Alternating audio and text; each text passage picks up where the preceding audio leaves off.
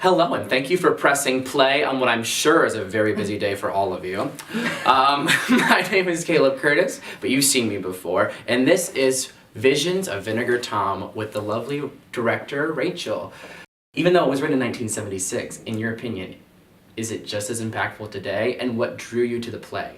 Yeah, I mean, I think that's something that is innately rooted in the play. You're seeing these women in 17th century England and what they're going through, and that parallel to now, and it lends itself to create this contemporary commentary that I think can be accessed at any time. And so there's some beautiful things that you can seamlessly see or think more about as you watch the story unfold. And I think it works well today. I think it worked well then, and I think it'll continue to be something that that artists examine and are interested in. And almost, like informs I think even how we can play with episodic playwriting for the writers in the audience, That's awesome. Yeah. Well, the play almost makes a commentary in and of itself with the singers, because you have the actors who are living in the time period, and then you have the singers who are making commentary on the show while it's happening. So, do you think what kind of genre do you think that places the theater the play in? Well, I mean, there's a few different things happening, and in some productions you can use, and it's as long as there are kind of rules set, like fun little things to play with in the production.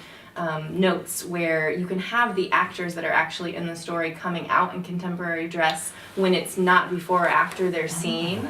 And that's one way to do it. But I thought, as far as bringing this to a university, something that I've seen done before is bringing women that are completely outside of the story and their commentary, similar to a Greek chorus and things that we've already seen, those kind of devices. But I thought it would be interesting to have that and have them almost as these spectator actors, spec actors, and also we do have one character that kind of filters into their world at some point, and so we've kind of played with that, saying yes to what's possible in the notes that were given to us as guideposts, and making it so that we could involve a lot of artists and get a lot of IU students on stage. Yes, representation. Yeah. Now, to brag on your you have a cast for this show. What has it been like working with this particular group of actors in general? They're really generous. They're working together. They come in prepared. I've set some, boundaries and things that we need to benchmarks and things we need to gentle friendly reminders, but overall I think they're really passionate about it and they want this kind of work at IU. And so seeing that even in the callback room, there were so many beautiful people that came in, and it's always hard to cast a play, but when it came down to it, it was I saw some beautiful work out of these particular people, and also just the way that they interact with each other, from audition to now, it's just been, they really want to be there, and you don't always get that. You don't always get people with intentions where they want to be here and be a part of the story. And you have a unique opportunity with working with a play with music. So, and how much of this music was given to you by Carol, and how much of it was you get to play? Well, Carol, we love Carol. Carol provided some beautiful lyrics, and then once you get a hold of the script and you have it through Samuel French and you're going to produce it, there is kind of a small amount of music that's composed to those lyrics. And so what we did is we have a composer from Jacobs, Miggy Torres, who pretty much expanded that and kind of elevated and took it to the next level in his own way. And so, we kept the integrity of the lyrics and the ideas behind why these songs are coming into play as additional commentary on what you just saw or what you're about to see, or the thread between the two. Well, you kind of hinted at it before. You have an all-female design team for the show. I Was that something that from the beginning you wanted, or is that just something that kind of fell into place? I wanted it. It just happened so beautifully that that's where it started, and then we kind of went, okay, we're hoping that the next layer of designers that come in, with sound down to our dramaturg.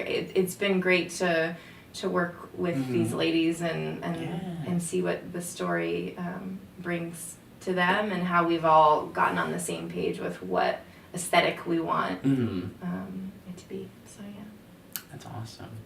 So you're a second year MFA. Eventually, you're gonna have to leave and, I'm go gonna out, have to and go out in the leave. big It's bad scary. real world. Yeah. But when you get there, When I get there. what kind of stories excite you?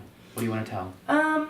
I mean, I do have a TYA background, so I do actually love some children's theater. I feel like in that way I'm sort of eclectic. You see something like this and then maybe another piece I've done before or want to do and you go, oh wow, those are two totally different things. But when it comes to like contemporary drama and comedy and things like that, or even I love Shakespeare, but I think I go in a direction of wanting to figure out a story where there are people that have something to say or something to give that we want to attach ourselves to, that we feel akin to, or that, you know, we want to understand them and we feel for them. And I think that's kind of the basis of where my taste falls, whether it's something high comedy or it's something really dramatic. It's got to be rooted in something that I think is relevant or makes me go, oh, this is beautiful and I want to share this. And next year I'll be directing Water by the Spoonful. Yes. And so I'm excited. Because the season is announced. Okay. Yeah. When you're not